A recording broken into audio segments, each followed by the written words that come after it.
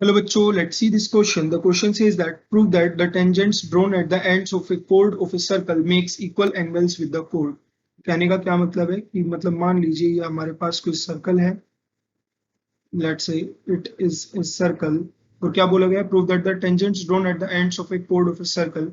मतलब अगर मान लीजिए मेरे पास कोई chord है, तो अगर हम इस पर एक टेंजेंट ड्रॉ करते हैं और इस पर एक टेंजेंट ड्रॉ करते हैं, ये हम दो टेंजेंट्स बना रहे हैं, एक बना रहे हैं लेट्स से इस पॉइंट पर और एक बना रहे हैं इस पॉइंट पर, तो ये दोनों tangents make equal angles with the code, मतलब जितना एंगल ये होगा उतना एंगल ये होगा। अगर ये ए है, ये बी है, ये सी है और यहाँ पर सेंटर मान लेते हैं let's say O, we have to prove that angle A B C is equals to angle A C B.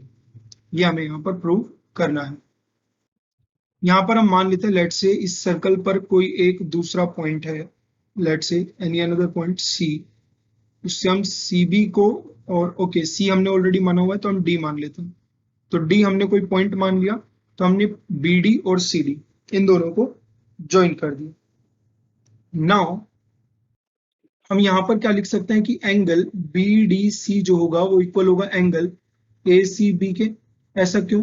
क्योंकि हमें पता है कि angles in alternate segments are equal। alternate segment में है दोनों एंगल्स, क्योंकि डी को देखेंगे तो मेजर में है और सी को देखेंगे तो वो माइनर में पड़ रहा है, तो इसलिए दोनों कैसे हो जाएंगे?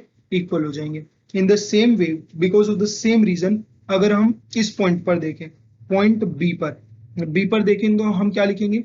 एंगल बी डी सी जो होगा वो एंगल सी बी ए के इक्वल होगा, सी बी ए के इक्वल होगा। तो इसे इक्वेशन नंबर 1, इसे इक्वेशन नंबर 2। तो from 1 and 2 what we can say कि एंगल ए सी बी जो होगा वो एंगल बी सी ए के इक्वल हो जाएगा। ये okay, angle A C B जो होगा वो angle C B A, not B C A, C B A के इक्वल हो जाएगा। So we can say hence proved. So this is the explanation to this question. I hope you understood the explanation. Thank you.